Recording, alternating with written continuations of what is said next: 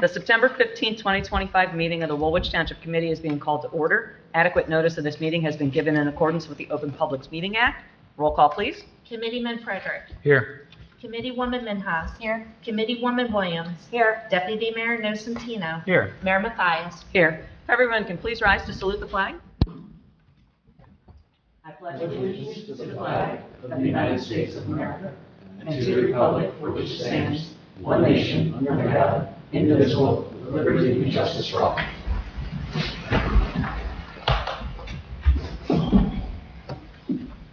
Our first order of business is public comment. The public is please reminded to please stand and state their name and address for the record prior to addressing the committee. Can I have a motion to open the floor to the public? Motion. Second. I have a motion and a second. All in favor? Aye. The floor is now open for public comment.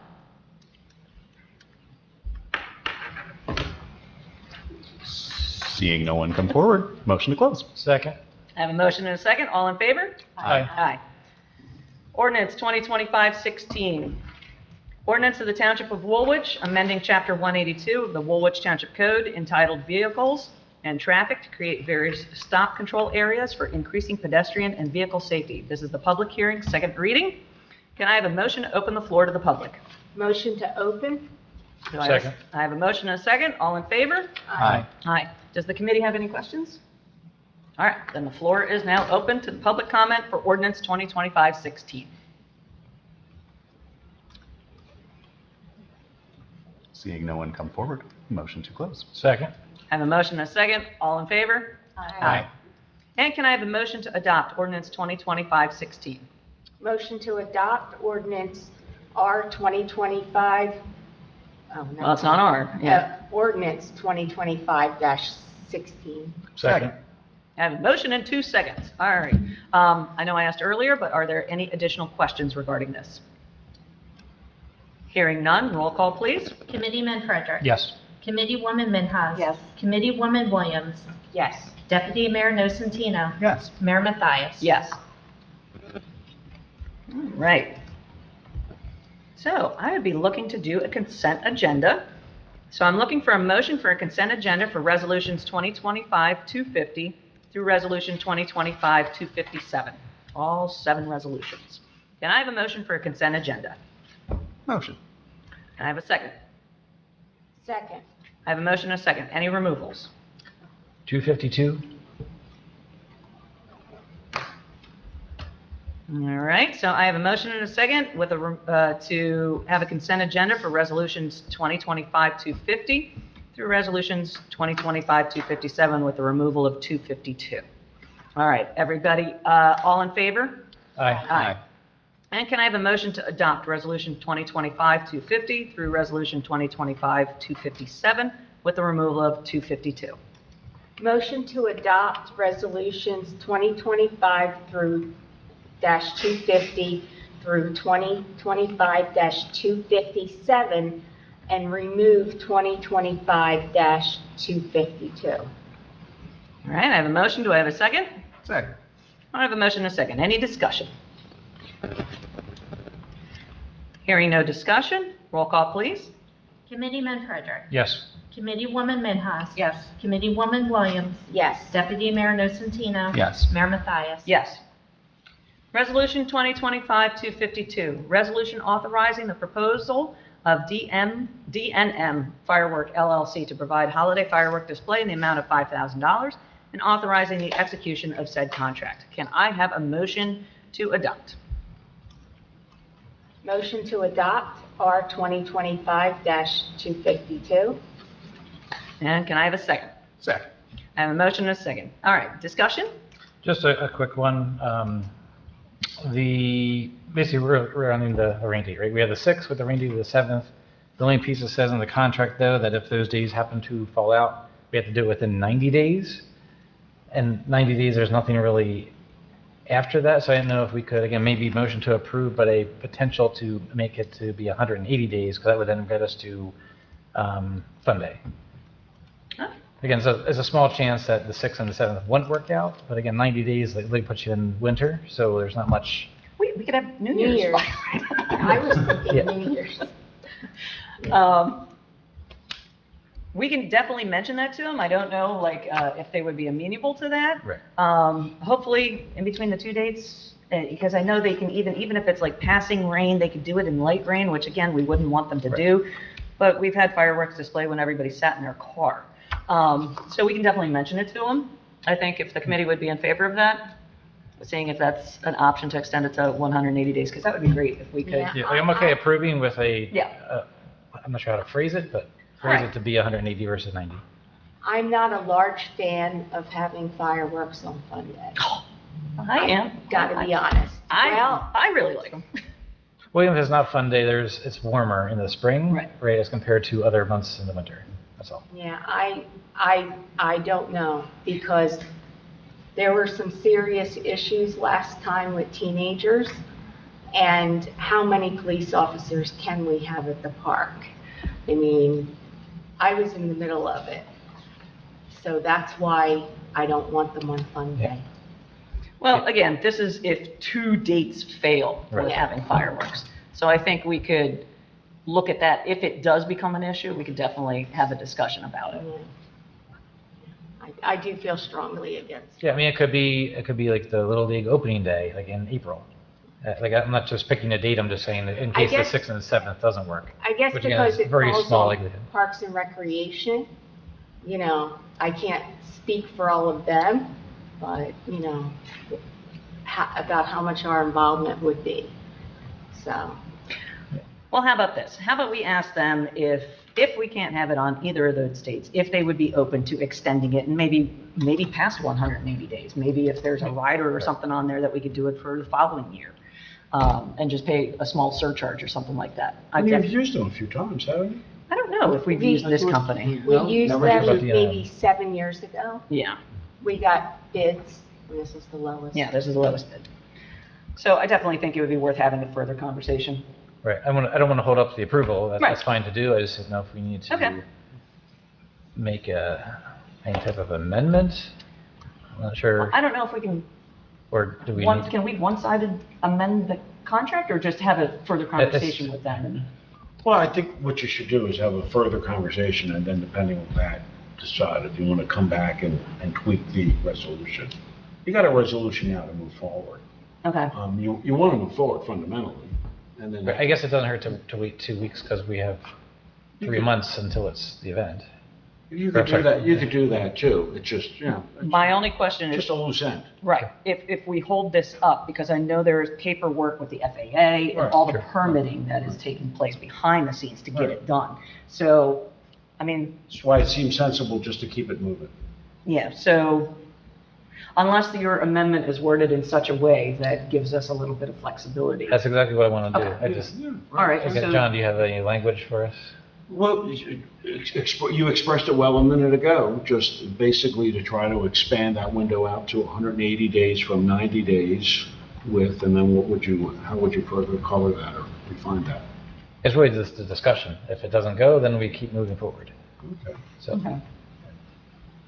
I think we can do that without amending it. I think so too, because quite frankly, honestly, it's really kind of, you've already approved them, you've approved the amount, who the company is, all that sort of thing. These are just details of the contract. I mean, think about it. That's really. That's why I was just asking. Yeah. I wasn't sure exactly what we needed to do language-wise. Okay, so would you be okay with not amending it then? Just under comfortable with the That's other- fine with the intent of a Yeah. discussion That's to the point. extend. Yeah, At okay, May or two, whatever number you can potentially negotiate. perfect.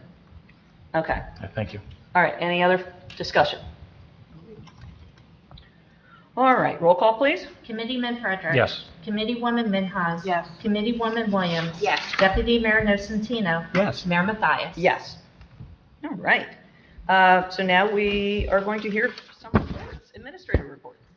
Couple items, thank you very much.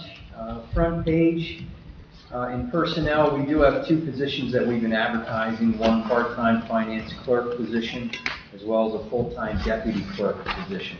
After a few interviews and discussions with our CFO and Jessica, we kind of decided to merge those 2 positions into one full-time position.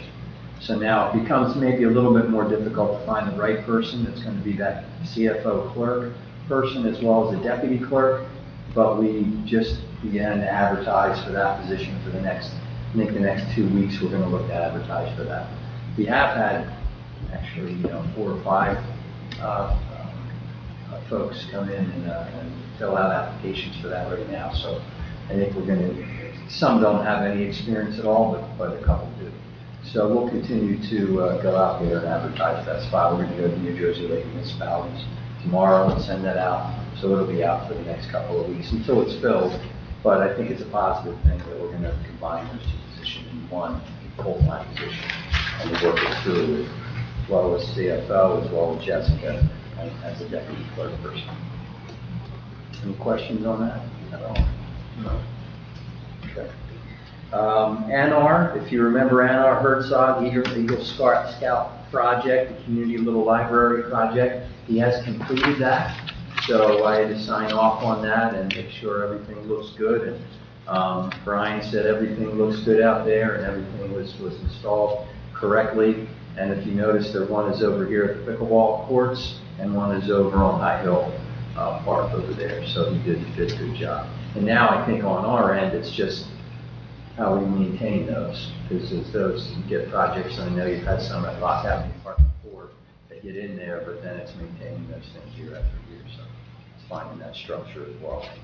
A few things going on Lock Avenue Park, that continues. Sure, Mark will have an update on that. Stormwater pipe, they're now also putting in curbing. So they're putting in DGA before they put down paving. So a lot of the curbing has been installed. There's also going to be a change order to remove newly installed pipe because of some of the measurements issues, which we'll be discussing at another time as we find out what that change order is going to be. We're not sure at this point. Can we talk about that real fast? So the change order is the fault of whom? They ordered the wrong? The measurements were not correct on the drawings. So the contractor did install the piping correctly. And then they found it once the piping was installed, stormwater pipe going into the basin. And so now they have to remove that piping and put it in correctly. Got it. Okay, so the design was incorrect. Yes. Got it. So what's I know it sounds like we're still exploring the change order, but we're basically eating that cost? So it'll be included as part of the allowance item that was built into the contract. And that's kind of, it's called an allowance item, but it's kind of like contingency for construction. So that's kind of where that's coming in. And that's part of, with a job like this that was very large, it's kind of expected to have some sort of thing happen during construction where we can kind of put these additional costs. So that'll be put on the allowance for that. Okay, so we don't know the dollars yet?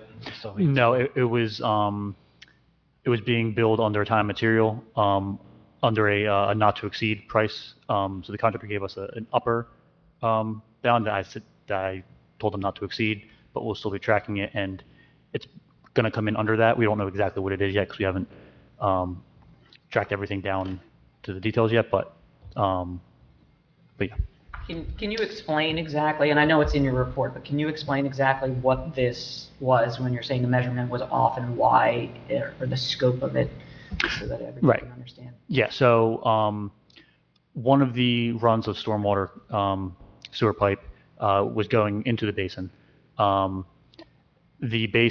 bottom elevation of the basin was set for 25 feet. The head wall, which is the concrete structure that is the outlet of the stormwater pipe, the invert elevation, which is the bottom of that head wall, was set to 24 feet. And that was on the design plans. We didn't catch it. The contractor sometimes catches those when they go out to do grading for the whole project as a whole before they install it. They didn't catch it until everything was already installed. There were multiple runs of stormwater pipe going into that same basin. Those elevations were set correctly. So instead of lowering the basin bottom elevation 1 foot further, because that would affect the other 2 stormwater pipes, we decided to raise the 1 pipe run up by 1 foot. And because of that, and we have to allow for correct pitches, nothing back pitches, we had to kind of chase that back about 470 feet of pipe. So it's reinstalling 470 feet of pipe, essentially. Thank you. It's, I'm being told that supposedly things like this happen occasionally because, as you said, because of the size of the project, but this is very disappointing and very, Absolutely. I'm not happy. Not happy. So yes, I think we just build time and materials from the construction company, correct? Yes. Yeah. But to be clear, it's also a different size pipe?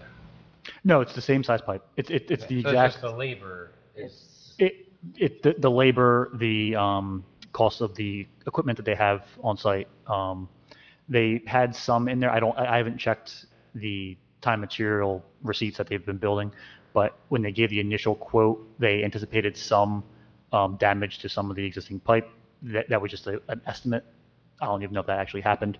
Again, I haven't checked through all the receipts yet, but it was partial material and then labor. They anticipated it to take 6 days.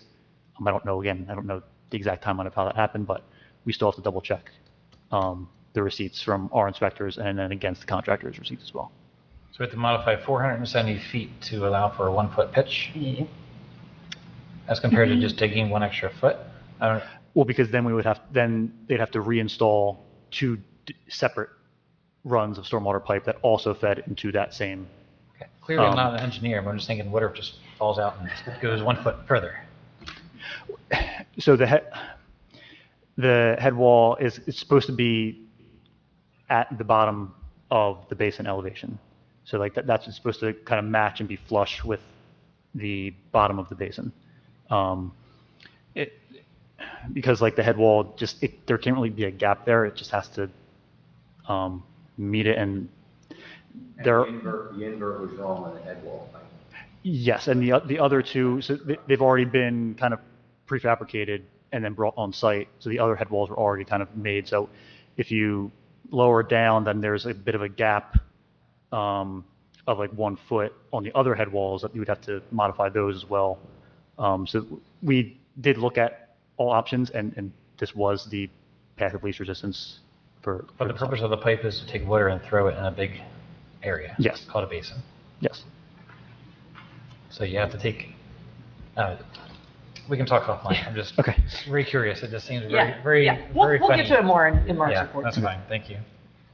Russell Mill Road, Back Creek Road, we had a pre-con on that, and they have a notice to proceed from Remington and Vernick, was issued to South State for Back Creek and Russell Mill, and the other project Arrowak has, and that's for Oakview Terrace, and we're still waiting, I think, for a contract for that. Page 10, Kings Landing redevelopment. I did have a chance to chat with Mr. Wilson this past week, and I just wanted to get an update of where he was on his traffic study. They don't have the traffic study yet. He's still working with the Turnpike officials. He had a meeting actually with them later that day after my conversation with him last week to still work on that trip. When he's going to present that traffic study, they're going to have 2 or 3 months to bring back comments to him based on that traffic study, even though it's really just an update traffic study. So his thinking is, from what he sees right now, is that the design for 322 roadway is going to happen through 2026. And then moving all of that roadway around with the bridge, and then construction for 322, as well as beginning then his development construction, should be able to begin in 2027. That is his plan. 2026 design, 2027 construction. I've been reaching out to the Turnpike Authority again today. They did get back to me and said they're going to get back to me at when they're going to have the next update, so we haven't had anything else on it. Do they have a time period in which to respond, or is this one of those, we'll get to it when we get to it? There's no. They were doing monthly meetings. I think they do Right. meet with, like Steve said, they met with him, had a conversation with him. So they're continually meeting, because especially now that North Point is no Right. longer in the picture. Now they're still trying to figure out how they're going to pay for complete some of the road work they're going to have to do on Pine Coast and meet it up with a new light for the auxiliary road coming off of the exit. So they're still figuring that out. which has to do with 322 roadway as well.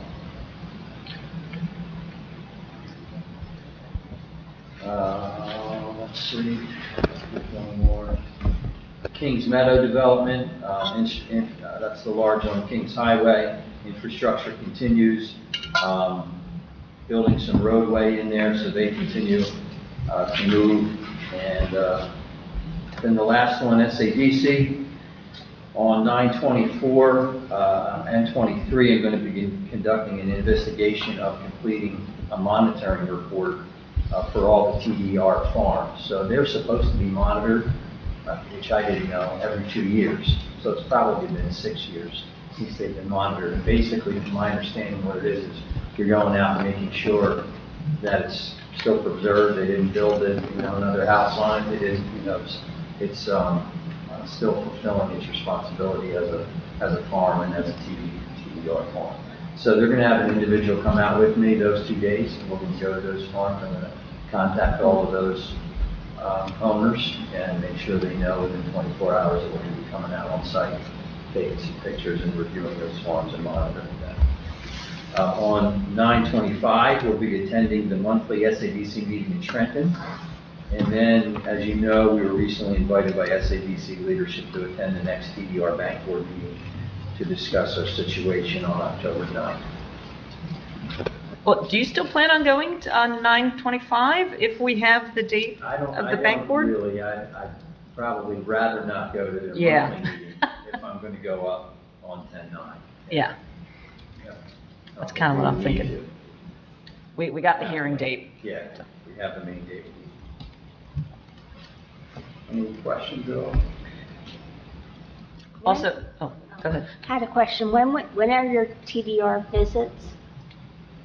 23rd and 24th, Of, Tuesday and Wednesday of this month. okay. So Kings Meadow, I know we have had some residents contact us about that they've lost power, they've lost internet, and there's been some delays with flaggers or with work that's going on. So because of that, the comments that we received from residents, I went out on site and I met with the site supervisor, and I know you've also had contact with them. And so I think we are now have a new update. So the foreman on the site is now going to contact, and it did actually this morning, when there is utility work that is going to affect residents, such as losing power for an extended period of time, they're going to notify the municipality, and then the municipality can put it out to residents. So, so we had that first communication, which I think is a good step in the right direction. And hopefully it will continue that communication for when there are further road closures, even though it's temporary in basis. But they were explaining for some of the utility work how, since there's live lines, they need to shut down the road both directions. They can't just flag it one way. So that's going to be taking place next, or actually this week, Thursday. So, so no, I think that's a good, Yeah, that's fine. good thing. So, any further questions? All right, thank you. Tax collector's report is submitted. Woolwich Fire Company.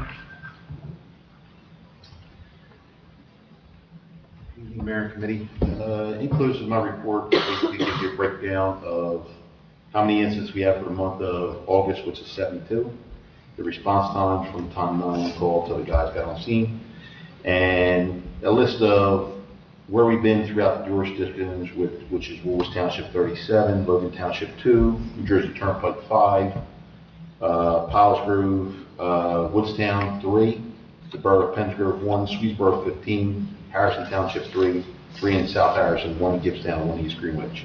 The one in Woodstown, everybody knows, the R.E. Pearson Farm, they had a big, their farm had caught on fire, their big hay barn, and it was a over 16-hour thing. We were there for about 8 of it, and then other fire companies from other counties were there. We shoveled a lot of water in because of the location of it. They lost all their hay for all their stuff, and basically, we knew that farm was well off. They were able to bring equipment in, move the hay out in the fields, and get rid of it, and make things easily extinguished. Uniter, out of 30 fire companies, invited all 30 fire companies the 25th of this month to Creekside Inn that he owns the golf course here in Woolwich Town for a buffet dinner to thank everybody for their time for coming out and things like that, which I thought was nice. So there's going to be like 30 car companies there for this big dinner that night. And a thank you from them for helping us out and so forth, for helping them out.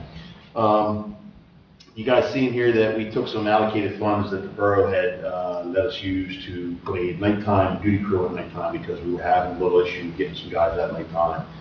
We get 1 or 2 out, but if something came up, we needed a couple extra guys. So what we did was we put a stipend program with 4 guys on a night at $50 for the night. They come in around 9 o'clock and they stay till 6 in the morning. That covers all our nighttime evening calls and allows, some of us to juggle some things between work and stuff like that. So that's been working well, and that's going to run all the way till December 31st.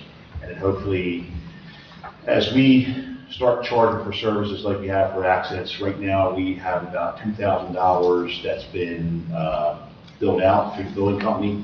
We received back $533 of that from an accident return flight. So that's going to go into that fund. That's going to turn that over for some things like that to help pay for these guys, so forth later on in the late winter.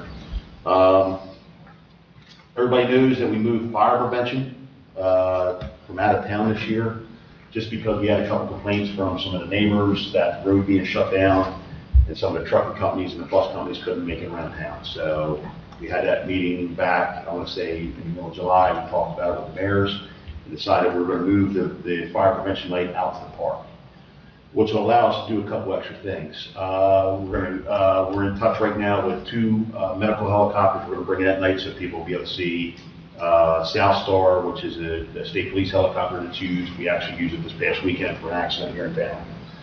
And then they're going to either bring Cooper or they're going to bring Jeff Stat in. Both those helicopters are going to land. People will be able to come in and take a tour and see what the helicopter's like and what's there. And they'll see the landing and they'll see the takeoff. We've got about 14 fire departments that are going to show up with different pieces of apparatus. What we're looking to do is have the center asphalt area of the park, the apparatus will be lined up. And then we have some other stuff coming in. We have the county's bringing some vehicles in. We have state coming in with the arson dogs and things like that. So there's going to be some demonstrations, and we have some things as well. So we're kind of just interacting more with the public so they can get it and they can see what's going on. And it'll allow us to look more at the park. It's from 5:30 to 8, which we're trying to give it just a small timeline. The Eagles do play that night, so we're hoping to get everybody out so everybody can rest. The Eagles play that night, and hopefully they'll win. Other than that, we got Sweetsburg Day. We'll just do our usual on Sweetsburg Day. Fire Prevention Week, when it comes in, we have a lot lined up for the schools. A lot of stuff that we'll be giving out to the kids and so forth. And we actually had a meeting with the school district in here, and there's a lot of flyers going out to them. So the kids will get flyers. The middle school's getting flyers, everybody there, so we're going to advertise it really well this year so we can kind of draw the public out to that Lockout Park from where it's been in the past in the center of town. So that'll free up Kings Highway from all the hustle and bustle of the paving. Other than that, you guys see that we're still having issues during the daytime. 14 out of 72 of those incidents, we didn't make it. Our mutual aid guide or the FM's office took care of it. It's just we're struggling more and more during the daytime, trying to get people out. I post it monthly in my reports so you guys can see that. It's documented.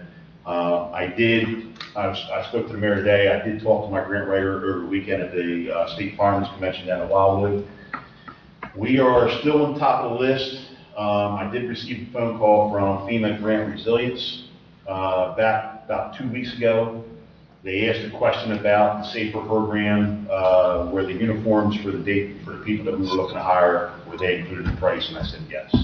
So I had asked the guy, I said, while you're on the phone, let me ask you a question. You're asking me, so I'm asking you.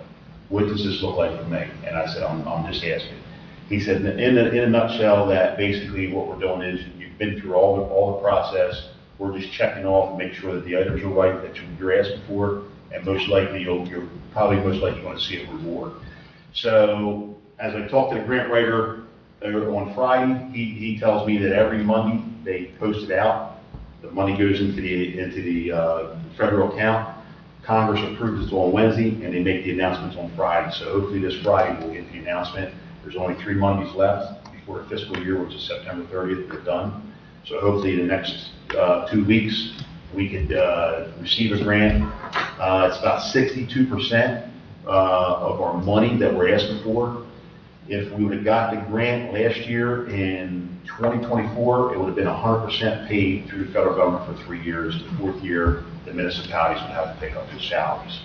Right now, what they did was when they went through the big change in the beginning of the year, they took a lot of money away and they moved it down to it's 65% the federal government pays, 25% the municipalities pay the first year. Second year, 65%, municipalities pick up 25%. The third year, the municipalities pick up 65% and the federal government pays 25%. So then after the fourth year, it's up to the municipalities. The way that our call volume, as of right now, we're going to be above 800 calls this year. We're getting busier and busier every day. Those that are on the rover system constantly see our calls coming in, and it's just getting busier and it's burning guys out. We have to move, which we know that we got a grant to write a feasibility study to merge towns together, and there's a couple other things that we're going to get involved in this. At some point, the turning point is nobody wants to volunteer anymore. It's not that there's people that don't want to do it. It's the amount of hours the state is cracking down on people to make these people volunteer. In order to be a volunteer fireman, you have to spend 280 hours in the fire academy. That's about 6 months. The way the economy is, the way everybody's life is anymore, extracurricular activities with kids and so forth, nobody has the time to do it because they're trying to make ends meet and they're trying to hold second jobs and they're doing some things. And the other part of it is the schools. We've reached out to the school. We're going to actually do another program out at the school this coming year out of Kingsway. Some of the high school kids, they want to join. But once they become a senior and they decide to go to college, we lose them. Some of my young guys that I had that had a lot of training that came into the organization through high school, this past year I lost a couple of those guys because they decided to take jobs other places. And it's not jobs that they had to go to. They wanted career jobs as a fireman. So 2 of my guys went to Myrtle Beach, South Carolina. They got jobs there this past year. I had 2 other guys that are applying for the city of Wilmington because the city of Wilmington's hiring. So these places are hiring these folks and I'm losing them. So at some point, the 2 towns and municipalities, if we do this report, we're going to have to put daytime guys on it just to help. And this will give the opportunity for these young guys to stay here in their town. They know the town, they know the residents, and they know the demographics well. It's easier for them to like me as a company owner. When I get good employees, I pay them because they're worth it. Every day they're making me money, and I know that I put them on a job somewhere, they're doing it right, they're doing it consistently, and I don't have to check on them. I stop in, go, what's going on, this and that, and they're constantly going. When you have a turnaround, you're always worrying, and that's what's happening here. We're losing our volunteers because nobody wants to volunteer, and they want a fireman's job, but they're going out of town, go get it somewhere else, so we're losing that. And the way the town's growing, we need them here. So hopefully in the next few years, we can do this and push this forward. So, any other questions from them? Any questions from the committee? Just 2. So you didn't give the actual day of the fire prevention evening? October 9th. October 9th, thank you. October 9th. It's a Thursday night. If it rains, it's rain or shine. So hopefully we can get it worked over. Yeah, and then appreciate the update on the ordinance and the collection of 533, I believe you said. Any pushback from the New Jersey Turnpike at all in terms of anything else we need to do with them? That has always been the concern. Yep, nothing from the Turnpike Authority at all. They like I said, Runnymede and Deptford Township also run the Turnpike. They're using the same company that we're using currently, and I've talked to those chiefs in the last few months, and they said the same thing. They've been doing it for the last few years. It works out well for them, and they did the same thing I did. I contacted the Turnpike Authority and explained to them. They said, you do what you have to do. We know we give, minuscule funds, but you do what you have to do, and it's working out. So there's no pushback from them at all. Okay, thanks. That's it. Well, I get it. We done.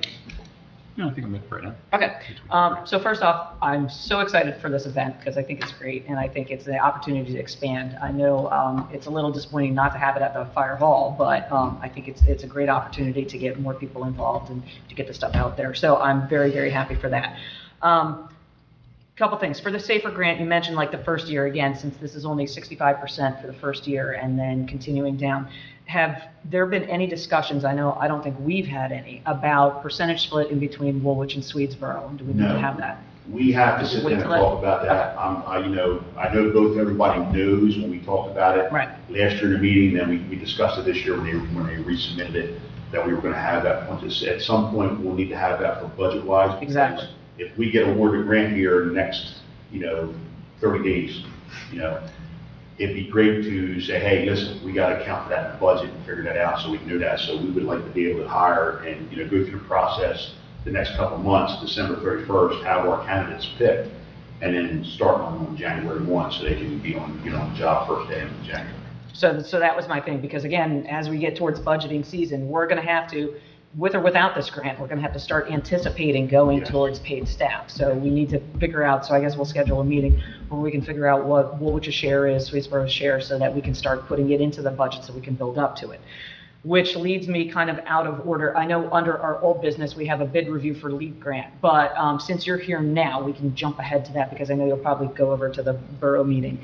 So just for the committee's information, we went out for an RFP and we received 4 bid applications, but I shouldn't say bid because it's a misnomer. We received 4 submittals back, proposals, yes. So it was 4 proposals. 2 were actually from the same company, different branches. None of them were from the state of New Jersey, and only one of them put the total amount of hours that they thought that it would take them to commit the study. The rest just put what their hourly rate would be to do the study. So, Chief, if you have some time, I would like to go over those with you because for the committee, I can't even tell you that we can compare apples to apples unless it's an hourly rate because we only have one that said how many hours it would cost. So, Chief, I would like to meet with you if possible, go over what we have, and then come up with a suggestion for committee if we're accepting one of those or if we're going to have to go back out because it's not what we wanted or because of the way it was written. And I know over the weekend, like we discussed one of those on Thursday, you said one of them did Wildwood study. Yeah. And I reached out, when I was down there on Friday, I reached out to the captain that was on that day and I talked to him about it. And, he said, listen, I know since the chief has done it, he said it helped us immensely because it gave a better picture for the committee and the commissioners in that town, what was going on and what was there. And like I said, the addition to our end is, what we're going to do is for the part of that study is the part that I talked about, the community, I just drew a blank here for a minute. The resources, what we're looking at, because Risk assessment. The risk assessment. So, and with the way this town's growing on both sides, between the borough and the township in the next few years, the risk assessment is high in this town. I spoke to the ISO guy because Jim had somebody inquire about the ISO rating in this town. And just so you get an understanding, I have the ISO guy is going to commit some time in October to sit down between the 2 committees to explain the ISO, how that works for everybody's fire insurance. So we are currently, right now, we are 4 and 4Y.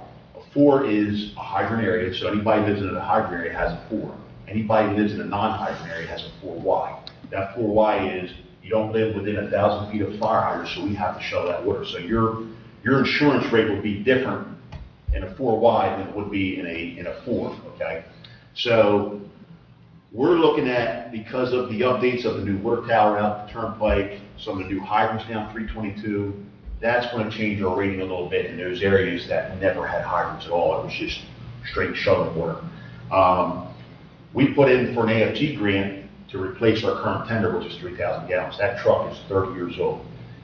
In the 10 years that I've been there, I've put a lot of money in that truck to keep it maintained because it's the lifeblood of our organization in this community to trade the shuttle water in this time of need, not only in this town, other towns.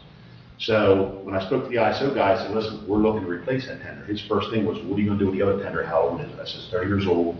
And I explained to him, I said, it's in well-working condition.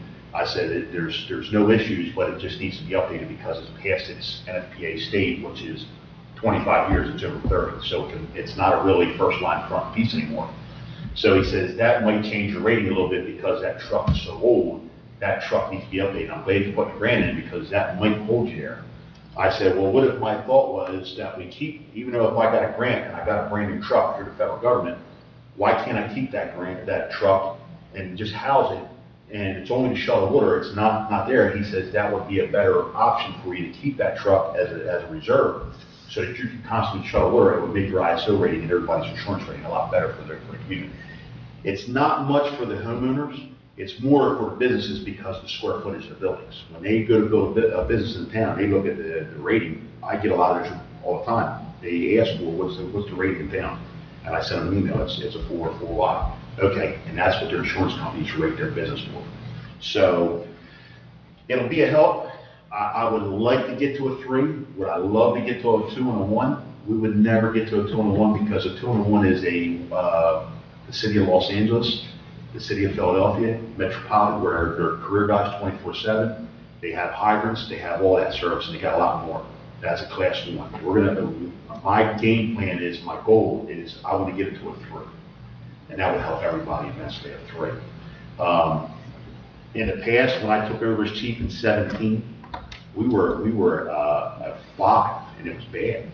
And I took a lot of information and sat down with the guy for 2 weeks, and we put the information together. They went out and tested hydrants and so forth, and looked at all the flow rates and everything like that. And he looked at the paperwork that we had and everything that I put together, and he's like, wow, you guys went from where it was in 2006 when we did it to 2017, and he said it's jumped immensely. He said, this is great. Because we document all our training, we have those training files there, so that's one of the things they ask. What do you got for training? What do you do this and this and that? We had it all documented. He's like, this is outstanding. So that's why we are a 4 today, and I want to go to a 3. That's my goal, to go to a 3. Maybe if we get this career staff on during the daytime, that'll help us jump that 3. If we get this tender from the federal government through a grant, that'll help us to keep the current tender. That'll help us get it to a 3. With more hydrants going into the area where we got areas where we're getting water lines and businesses are being built, we're getting more water in locations, especially, out there. That'll push us to a 3. It'll make everybody's insurance rating a lot better. So I'm going to bring the guy in. He's going to give me some dates in October. We can have a sit down. You guys can ask him questions. He can explain the whole thing to you. So in the future, when you guys are talking to businesses and things like that, and they ask you questions, you're able to understand what it's about and explain that, especially in economic development. If this somebody's coming in, you say, hey, I know my fire department's this and we got this, and that helps them make a better choice for making a business here. So that said, my main question that I would love to ask them is, again, when you go from a 4Y to a 3, I'm not sure if you can come up with a square footage dollar savings, because again, we could potentially go to the businesses and say, hey, we need X dollars, which in result would go to a 3, which would then basically net out to a 0, and your return is 3 years or something. Sure. I would love to do some type of analysis like that, and then go to businesses and just talk through. Obviously, you need to figure out what it takes, obviously, to get to a 3, but also the financial piece of it. To take it to get to a 3, we're close to that point right now because of when we originally did it in 17, there were some things that we added to it that we took from recommendations from you. And since those recommendations we've added to it, so since 17 when we did it to 2025 right now, we have added those recommendations, so it's going to help us. And just those added things to the toolbox, the new tender, putting the career staff on in the daytime, that's going to make things, it's going to pop more, and it's going to put that rating where we pay, and of course, make it more eye-catching to a business that's coming here and knowing that when they go to their insurance company and say, hey, what's my rating going to be because they have this, what's my rating going to be to build here, and what's my insurance going to be? Yeah. Would he be able to provide something like that? He'll be able to break it down. He won't be able to do it until we get to that point, but he can kind of give you a rounded figure. He does that all day long. So that rounded figure could be the full-time staff. Yeah. Is what my mind's at. Yeah. Okay. Cool. So, Any other questions? No additional questions, just a big thank you. I think people sometimes forget that you're also a volunteer and really appreciate all the work you've put in to get us here. And if we can be talking about lower insurance rates, that's a win all around. Listen, I try to be fiscally responsible as best I can because I'm a resident too and I pay taxes. So if I can save $1 in my pocket just as well as everybody else, that's what I'm going to do. It's been a busy weekend. I know the Fireman's Convention, I was back and forth just to, keep, here in town, we had some, a couple volunteers around, but the majority of the guys were down at the convention. And it was a busy weekend for us. Like I said, Saturday afternoon, we had to land a helicopter for an individual that was hurt bad in an accident on Harrisonville Road in Erdner's parking lot, it's crazy. I think this year, I've landed the helicopter about 6 times this year for people like that. So it's people got to slow down a little bit and take some time to look at some things before they do make adjustments. So it's been a busy week. Well, yeah. Thank you. You're welcome. No further questions? All right. Thank you, Chief. Thank you. All right, Swedesboro Fire Bureau, the report is included inside your packet. Deputy Chief. I don't really have much in addition to my report, unless you have any specific questions.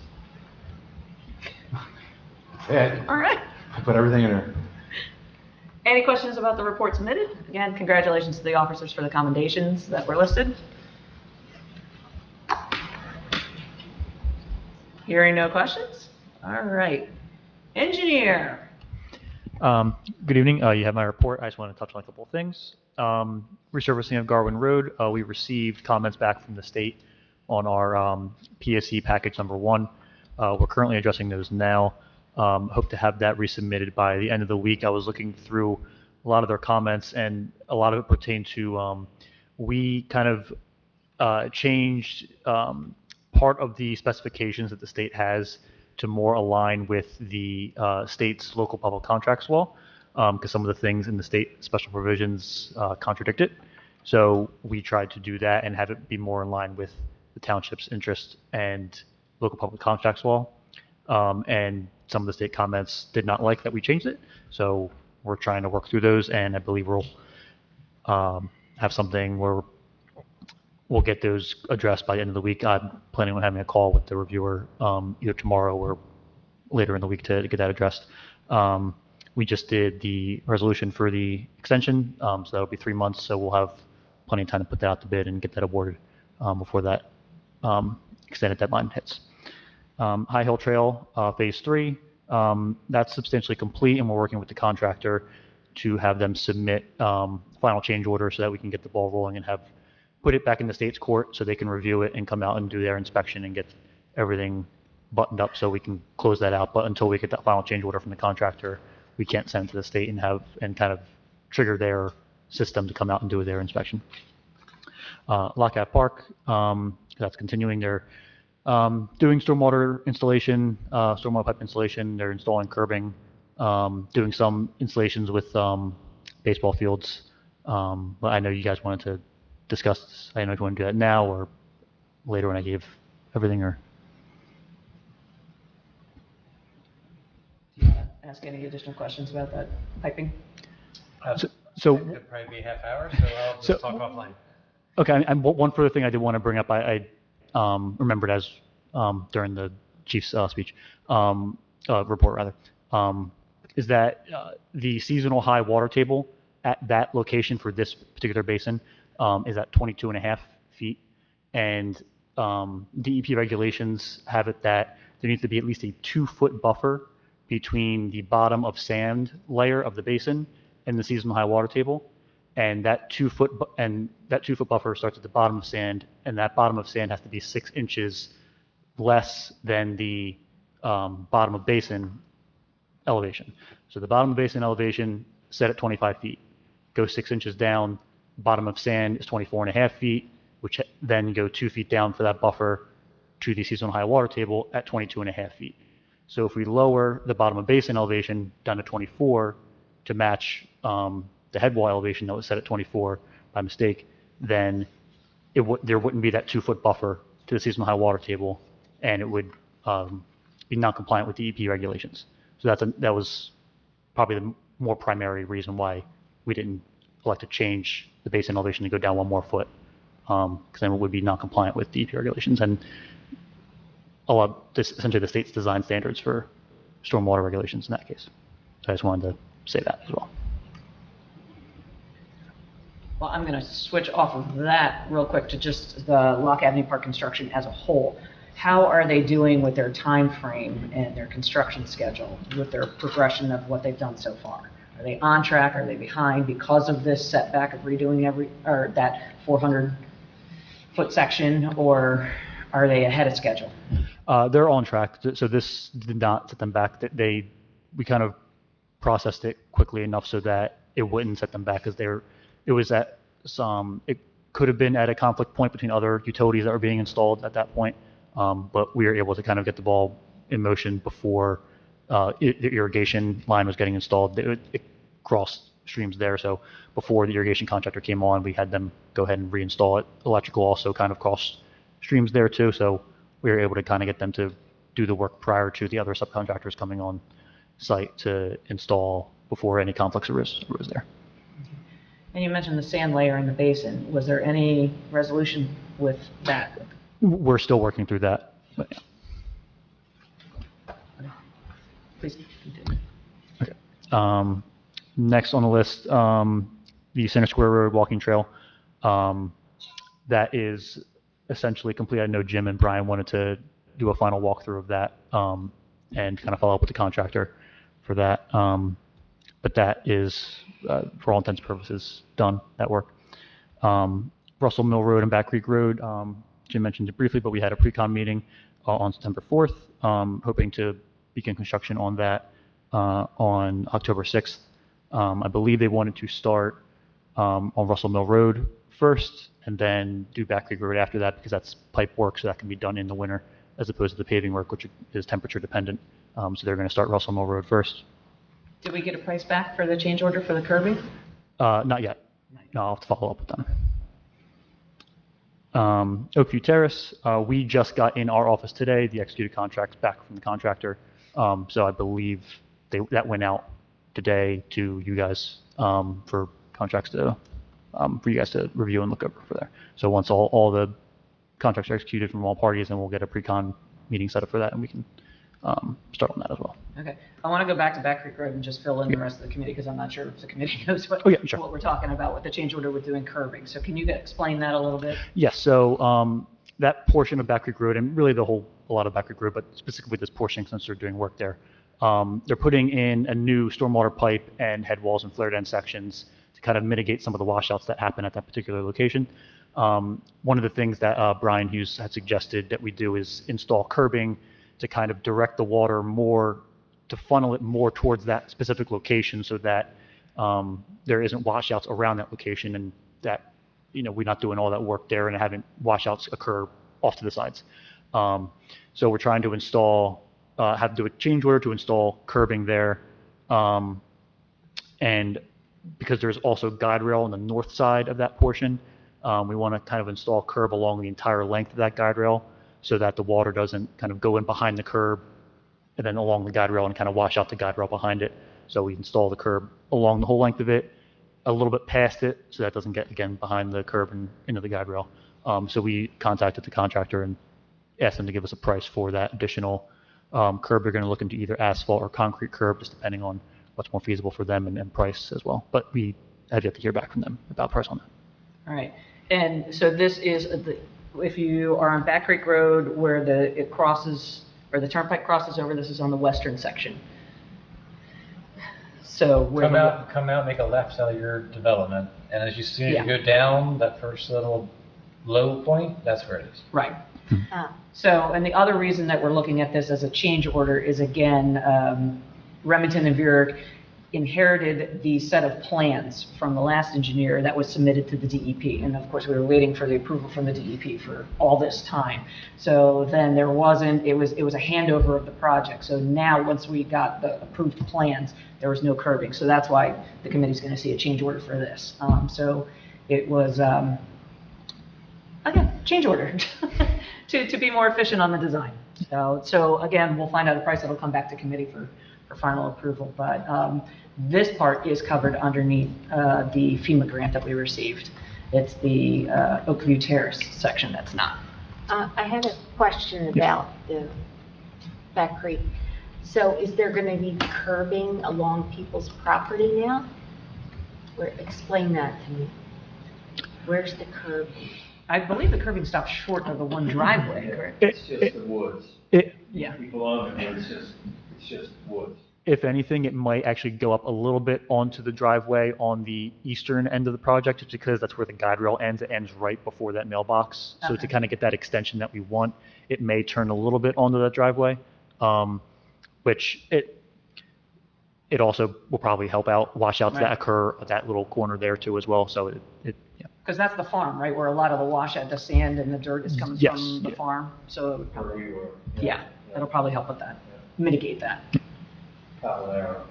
Yeah. So will that resident be notified? Oh, yeah, Yes. they were out there. We had meetings with them. Okay. And they were very much in favor of doing this. Contacted them, and they're actually, John Cavallaro accepted that we can make the contract again and use his area as a laydown area. Yeah.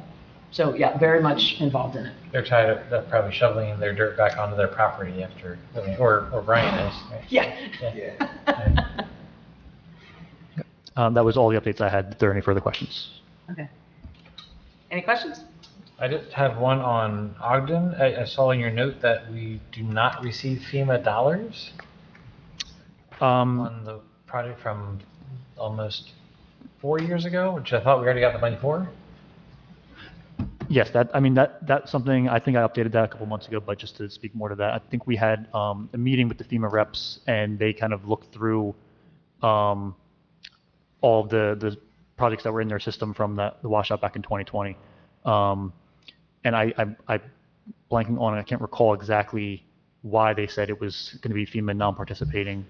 But I can look into that further and get back to you on that for the exact We've had reasoning. multiple meetings over the last 4 years now, because the way it was, I'm not sure who created it, but whatever was created, it was like bucketized. We had the 5 roads, and we had it separated basically by the road, but FEMA had it as like one application.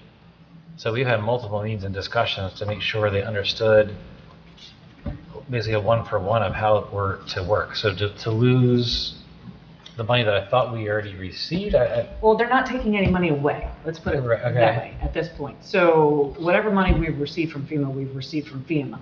But some of the ones, as you said, everything was packaged as one. Right. So they're saying, we're giving you this much money for this, for the totality of it.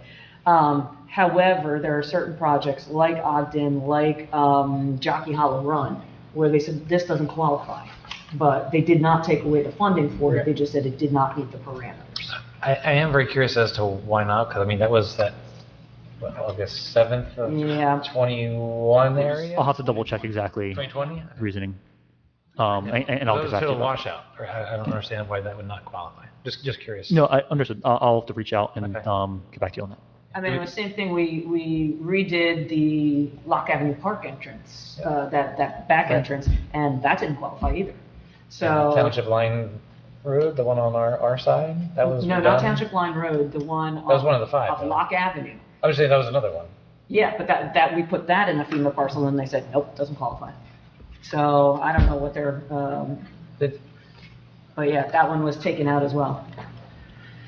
So there were several that FEMA said just. So of all the money that we have, I mean, obviously the Elephant's Mill is a big one still. Right. Are we're still using all the money, or we're? Oh, yeah, because now R&V is well, actually, with the H&H analysis, so an H&H analysis for the dam was conducted back in '21, and then FEMA said they wanted a larger scope, and we were actually able to partner with the county, since the county has to use our study. So we're going to be splitting it 50-50, not just the expanded area, but the whole entire H&H analysis will be split 50-50 in between Woolwich and the county. That being said, the expanded area study is ongoing. So Yes. once we have that, then we'll be able to present to the committee a full cost for what this is, which we haven't had a full cost since we originally did it back in 21. But, so once we have that answer, then we'll know how much of the funding covers it. Yeah. I'm still curious as to why. Yeah. I know you have like 2,000 other things to put it on your lower list, but I was very curious as to Lock Avenue as well, as to why it would qualify as not FEMA. Yeah, I can check back with Okay. both of those and get a confirmation on why those were Great. taken out. Were there additional questions? Anyone online? Okay, so. Okay. Thank you. Thank you. All right, liaison reports. Committeeman Frederick. Okay, I know, Mayor, you and I need to meet with Lois per your request to go through just the pilot, especially now that we know about North Point, so why don't you get that on the books over the course of the next couple of weeks. And then secondly, just a thank you to the administrator and mayor for the really nicely done 9/11 ceremony. That was really, really well done. Everything else is in your packet. All right, thank you. Any questions? Committeewoman Williams. Hello. Parks and Rec is going along fine. We have 2 senior craft activities planned, one for September, one for October. Right now, we're gearing up. We have a booth at Swedesboro Woolwich Day. They have a theme, something called K-pop. I don't know what it is. Okay. It's a cereal. I have no idea. Yes, they have a theme. And we are also starting to think about Christmas already with our gingerbread house contest, and we're going to do an activity here where we make gingerbread houses. So, a lot of planning. Will we be able to display those gingerbread houses at the tree lighting? No, no, they're not due till after. Ah, okay. Yeah. Okay. Any questions? Well, I will say this. So we're still early enough for the tree lighting, and a couple of things in addition to the fireworks that we approved tonight. Joe Magiri is donating his wagon so that we can have wagon rides around the park. And we have a cut tree that's going to be donated that can be that will be displayed at the park. We're still trying to get a hold of Santa's direct number. So I've been trying to find a Santa as well.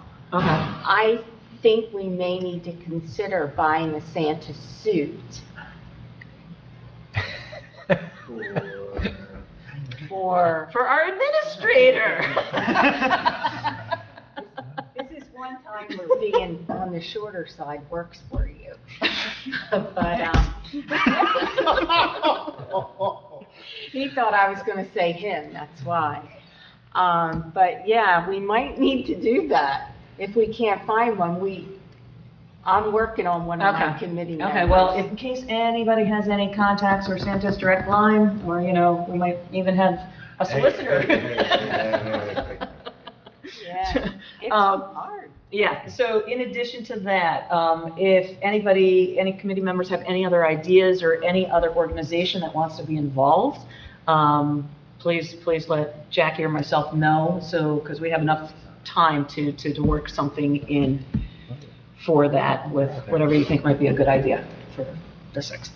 Yeah, last time we did we not have some local church that we had a tent and they did like hot chocolate and Yeah, all that stuff? so that was done through a church that had a grant for community engagement. That grant has since gone away, and I believe that church has since gone away.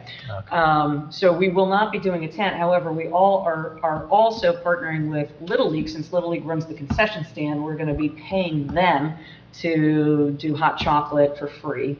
And then we're going to get cookies from ShopRite. So we are going to have hot cocoa and cookies. Cool. TJ will be first in line, I have a feeling. So we are going to have that as well. So hot cocoa, cookies, the hayride around the park, the fireworks, Santa for pictures, and Santa is going to come in on a fire truck. So it's anything else that the committee can think of or that they might want. So, all right. Thank you. Committeewoman Minhas. All right, August trash and recycling summary. There were 27 extra cardboard collections. There were 152 metal collections scheduled, which was an equivalent of 2.48 tons, equaling $347.20, which was received. There were 270 bulk collections, which is the equivalent of 20.64 tons. Thank you. Any questions? All right, Deputy Mayor. All right, for the Environmental Commission, it was all about Swedesboro Woolwich Day. We'll have a booth next to Parks and Recreation. Is yours K-pop too? That did not come up. No karaoke, no. The Environmental Commission is really interested in placing bike racks, so they're going to be looking for some community input on where bike racks might be needed in Swedesboro and Woolwich. There'll be some really thrilling giveaways, like some radon tests and bike bells. So if you're looking for a fun time, come out and stop by the Environmental Commission meeting. On schools, big news on school is back in session. And one of the hot topics over the summer was the discontinuation of busing. First day, went out, spoke with the crossing guard, spoke with Captain Virilli, and everyone seemed quite merry. Spoke to a neighbor across the street who was actually extremely excited to bike with his son to school, and it looks like those in the outer fringes are largely adopting biking as opposed to walking because it is a somewhat considerable distance. But as far as I know from the police department, things are going okay.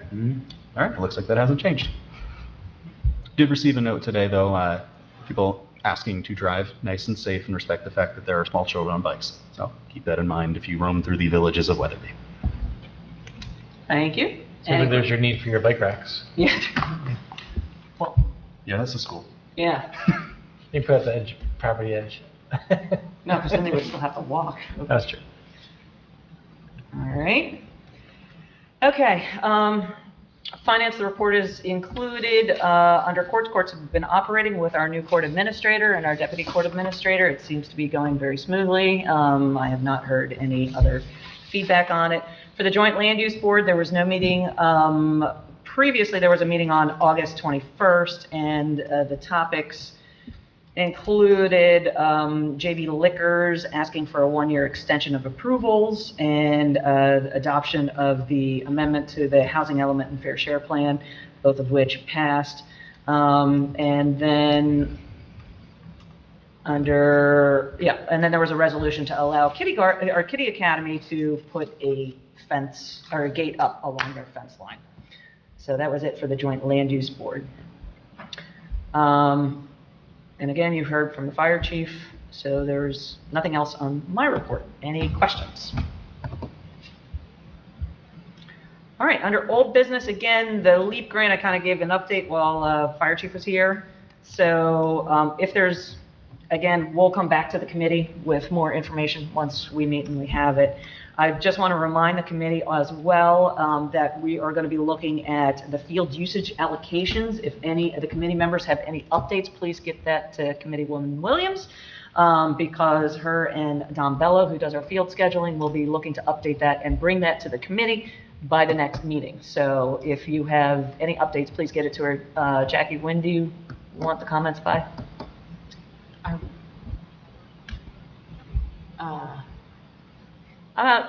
Well, what did I? Are we here for the next meeting? Yeah. Okay. That's October 2nd, but we need to have it way before then because we're going to have to circulate it around, see if anybody has any additional comments. Well, how about next, or Thursday. This Thursday. Okay, let's get it by this Thursday. And again, this is section 135-8. Yeah. Just off the top of my head. Maybe. All right, so any comments? And then what will happen is Jackie and Dom will circulate a set around for the committee to look at and review and make comments, and then hopefully it'll be on the next agenda, and it would be an ordinance update. All right, anything else under old business? Under new business, I'd just like to mention I am looking and open to suggestions for a topic for the town hall. Our next town hall is scheduled for November 10th. Suggestions are more than welcome if you think what the residents would like to hear or learn about. So topic for town hall, please email me or just send me a text. All right, anything else under new business? Uh-oh, she's smiling. She's got something. Yeah, well, I'm just thinking of my topic. Oh, boy, okay. You can let me know. All right, we've arrived at the second public comment section. The public is reminded to please stand and state their name and address for the record prior to addressing the committee. Can I have a motion to open the floor to the public? Motion. Second. I have a motion and a second. All in favor? Aye. The floor is now open for public comment.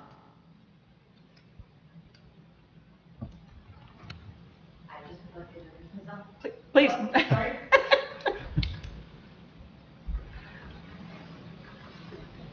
Just want to introduce myself. I'm Jennifer Campagna. I've been a local Woolwich resident since 1997. I brought my daughter Julia with me. Julia is in a public speaking course at Duquesne University, and we wanted to find our way to get into community involvement and allow her an opportunity to write about it then. So we thought this was a great venue to do so. So I want to thank you all for giving us this opportunity and all you do for the community here. I happen to be in healthcare.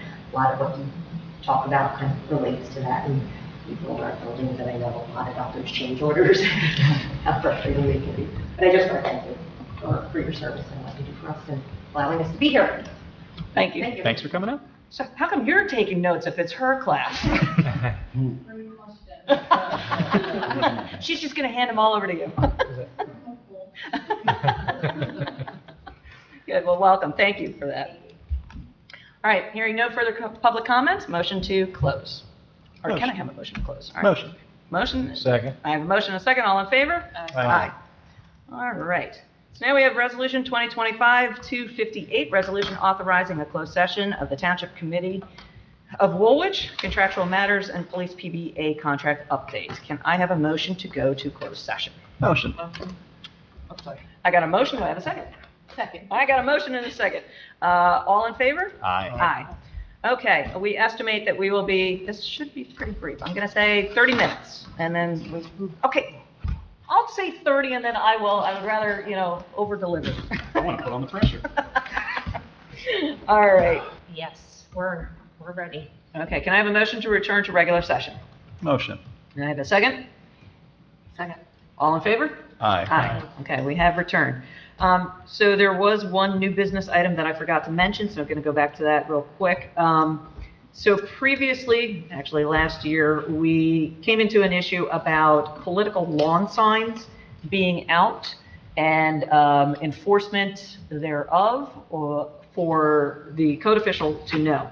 So I would like the committee to consider having a moratorium on picking up of lawn signs that are on private property, correct? It's private property that we're concerned with, or? I don't believe we can address private property All at right, all. okay. I think this only covered township lands. Okay, township lands. Again, not county right away, just township lands. All right. So let me start from the beginning then. We're looking to have a moratorium on having the code official pick up political lawn signs for a period of time predating the election. So in our code, it says 2 weeks, however, from the date of the event.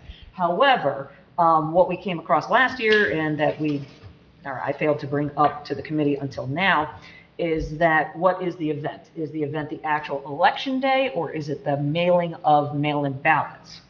So if we count mail-in ballots, which are going to be sent out, I believe the date is next week.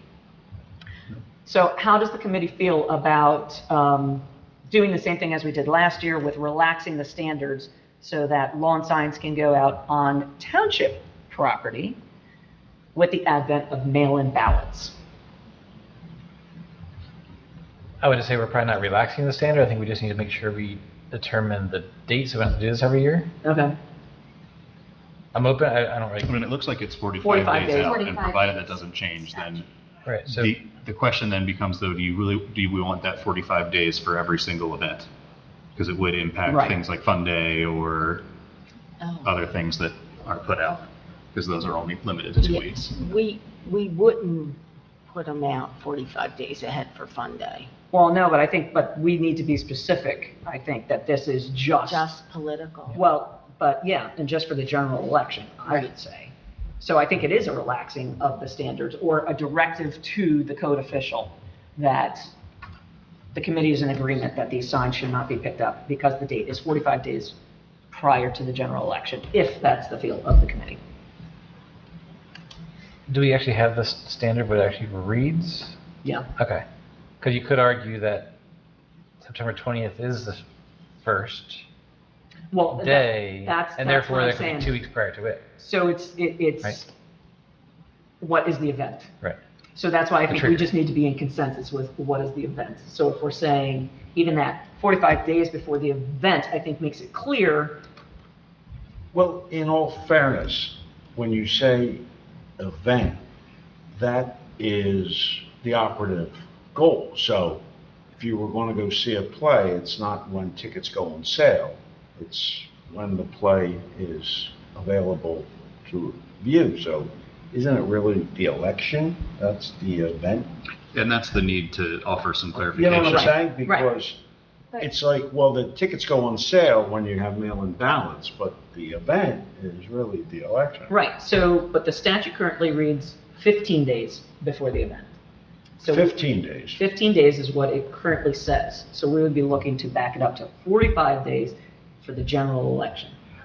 Is this almost a moot point if it's just township lands? Because I think we've established that the legality of enforcing that on private lands is we can't do that. So if it's only the township land, I don't know how much it really matters. Well, you know, if we just leave it as it is. We forgive me, but Yeah. I think there, you know, I have a lawn. I can put a sign on my lawn, but it's going to be regulated by what my township permits. Now, there is a whole body of case law, we did talk about this generally before, that speaks to a more liberality as regards, you know, political speech and political signs. But if I, you know, put a sign on my lawn, Eat at Joe's, you know, you just can't have errant signage, so I can get cited for that. Right. If I, you know, put a sign on my lawn, vote for Joe, you know, that's going to get treated a little differently. So that's what we were talking about, because my recollection is you all were concerned or interested in what your ordinance permitted or didn't permit. Right. So are we past that, or, because really, on township land, typically, you don't have any political signs. But we have in the past. So, Like the park. People put signs at the park. right. They've gone through, it's generally the park entrances, the township building entrance. Main intersections. Yeah. That are, Usually that's what towns, you know, try to keep, quote unquote, apolitical. Because So, I it's think- township land, it's apolitical, it's a park, it's not a, you know. While I would love personally to move to that, I don't know that that's necessarily in the best interest of the community at this point. If we continue to just allow them, if you submit an application on township land, I think the only thing in question at this point is what the time period ahead of it is. When in Rome. well, and I think we need to give a directive to the code official so that they have something that they can Absolutely. refer back to. Sure. So, So I think the event is when you receive your mail-in ballot. Because that's when I'm gonna vote and turn it in. so 2 weeks before when you receive the mail-in ballot, Yeah, that's really early. That would be really early. a week ago. Yeah. You know, the sign's out for 2 months. Yeah. I mean, you mail that in, that's a piece of mail, it's not an event. No, I mean, but Totally. to Jackie's point, her event is over Yeah. Right. on when she puts it in the mail. So it does not come down to if that tree falls in the woods and no one hears it? I mean, you understand what I'm saying? It might be her event, but is it really going to affect us, you or me? I hear you. I mean,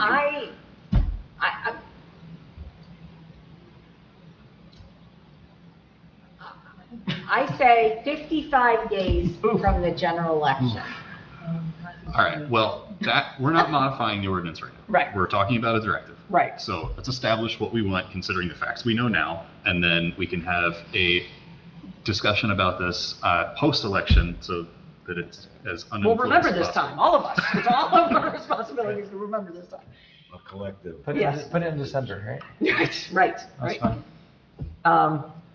Again, I think 45 days is clear. It's the 30 days plus the 15, which covers, it's not 2 full months, but it covers a little bit more. And again, it's just a Chunk of time. directive. Yeah, I mean, for this specific year, we're talking 5 days. So Right. Right. plus or minus 5 days. So, Thoughts? They're running. I really don't have a preference. Like I said, I think we're all just looking for consistency on Right. it. So that's, I mean, 45 days in my opinion is a long time, but I understand from a vote by mail, Right. you want to make sure people are informed. So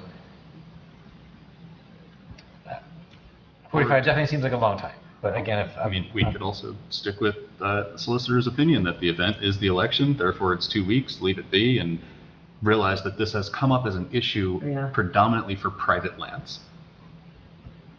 I don't know that we even received a request in the past for anything regarding township lands. I believe we do, because they have to fill it out. Yeah, I I'm saying didn't for- know that we had to fill something out. Oh, yeah. Yeah, Okay. even Swedesboro Woolwich Parks and Rec fills it out to put up the fun day signs.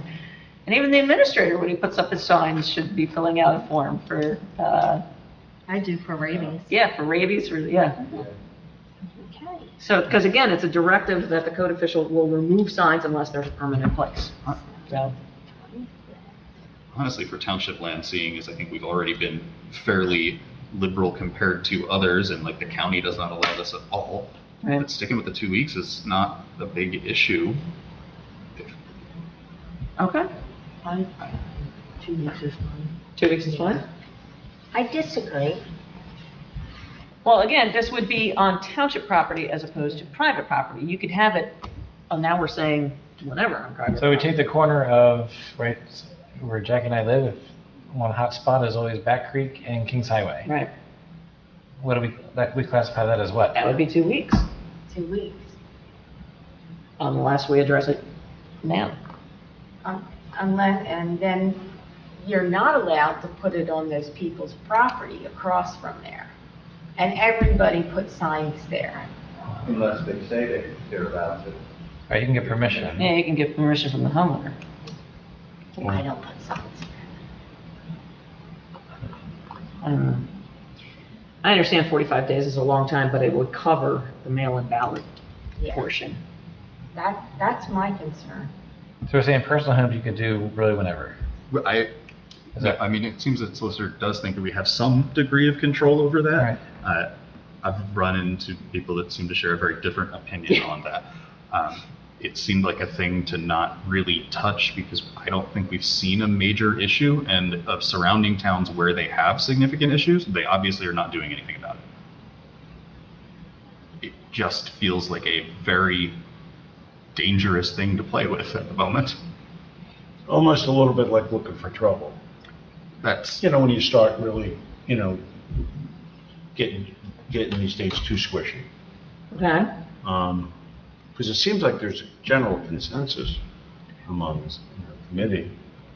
You're saying no? as Because written, of- I interpret that ordinance to say that it's only referring to township land, which means we currently have no standard for private land. I believe it had been enforced for private land much prior to me, but You it do may not have, my recollection is your ordinance does speak to signage on Can we look that up? private land. We're gone because I think I did. Alright. And that's, Well, let me look Does it that up. contain, does that specifically call out political signs? well, it's signage. Right. So it's signage, period. And if it's political, it doesn't, in other words, being political doesn't elevate it to some, superior status in the sense that all bets are off, it's political signage, keep it as long as you want. Right. It would be as if you said, you could only have a sign on your lawn for 2 days. And then someone could have a very sound argument saying, well, that's ridiculous in the context of an election because, people go out there politicking certainly for at least a month or more, which my recollection in the case law was the more realistic kind of time frame. It was a lot like of- we have home repair, like septic, sprinkler system, all, we Right. have a new driveway. They want their sign up there, which Exactly. again makes sense for a period of time. Right, exactly right. And that's what I was talking about. Right. Right, but again, I know in the past, well, that makes perfect sense in the past, as Deputy Mayor said, it has been an issue with the code official going out to remove signs from private property. So, I certainly don't want to do that. Well, nowadays, listen, the administrator wants to weigh in. No, I think when he removed it from private property, he did not know that. Once he realized it was private. but it's still, an illegal sign is an illegal sign. Honestly, this is unrelated but related. I spent almost 45 minutes on a high grass and weeds trial today, and resulting in a $2,000 fine. Yeah. Because that's the hammerhead I was dealing with. So people are, as I said, sometimes spoiling for a confrontation, no matter what it is. And so, yeah, you can never satisfy everyone. You do the best you can. Your ordinance, I thought, was pretty sound, pretty reasonable. That's my For recollection. private property? Yeah, just generally for the township, and that was my recollection. What's the actual day of the election? November 4th? I know it was early You don't even November. know? I'm not running this year. Jesus. I know it was early November, first Tuesday. Oh, God. So 11, can we just, rather than go through the policy and ordinance, can we just say 30 days for, I mean, we obviously would all own the signs, right, to hand it off? Can we, like, I 30 think days that's would make it in October between 4th? 15 and 45, if we say 30, I think that's fine. We would just say basically October 4th forward, just for the interest of time, and maybe December we can Yeah. make it more formal? So October 4th Anything. For, I'm assuming all parties have their own signs, right? So right. basically we would say, like, we would not hand out a yard sign to put on a personal property until October 4th. So both personal and township? Township. All right, well, I'm just throwing out an idea to get the discussion. Right. so 20380, section, there's so many, section D, subsection 6, That's is where the I'm at. only thing that I see referencing 14 days before the public event. And that subsection is referring to township-owned lands, advertising an event. While there are other comments around sign, that is the only one I see with a sign limit. So I do not want to impose anything that, it could be in a different ordinance, but I don't want to impose anything restricted on private property at this point. I would like to leave that alone, and I would love to see us come to some consensus on the township lands. My stance is that seems fair if that's how we're going to hold every other organization, but if somebody wants to come in concerned about that on mail-in voting, I know we've had that in the past. Right. Well, and I think that's just, again, I'm not looking to change the ordinance right now. I think it's just giving a directive to the code officials. This is a relaxation. Right, for This is what you're talking 30 about. days before the election. Right. For right now, and then we can address it, again, if it's up to And I will- collectively us to remember to. And I will look for any other Okay. ordinance section that may be out. Okay. All right, so it would be very helpful. What is the final? Well, it sounds like 30 days sound, for specifically for political sound. And can the directive be? Where? On public, right? Township. Township-owned property. Yes. 30 days. Again, not, Homeowner wants to put up a 4x8 sign tomorrow. well, 4x8 exceeds, I believe, the size limit. Is there a size limit? on the Yes, sign? yes, there are. But there again, at private property, people have 20 by 20 signs up by their house. So we're not going to touch private property in that regards. Let's just not change anything related to Right. private property, since it's this infamous, at this point, 2-week thing that has caused issues. Right. And make the directive that the code enforcement officer will address this at the time of an application, as opposed to relaxing their enforcement There you go. abilities, because I'd like to enforce this, they always have, but simply address that when an application is submitted. Okay. Is everybody in consensus with that? Okay. All right, thank you. Because I know I forgot that, like I said before, so thank you for that. All right, can I have a motion to approve the minutes dated August 18th, 2025, regular and executive minutes? Oh, and you know what, I'll throw it in there, and September 2nd, 2025, regular minutes. Motion. And can I have a second? I'll second it. Are there any questions or corrections? Hearing none. Well, we could do all in favor? Aye. Aye. All right. Can I have a approval or a motion to approve bills and purchase orders as submitted? Motion? May I have a second? Second. I have a motion and a second. Any questions? Roll call, please. Committeeman Frederick. Yes, but abstain for all Verizon and Doug Horton bills. Committeewoman Minhas. Yes. Committeewoman Williams. Yes. Deputy Mayor Nocentino. Yes, abstain Horton bills. Mayor Mathias. Yes. And can I have a motion to adjourn? Motion to adjourn. Second. I have a motion and a second. All in favor? Aye. Aye. We are adjourned.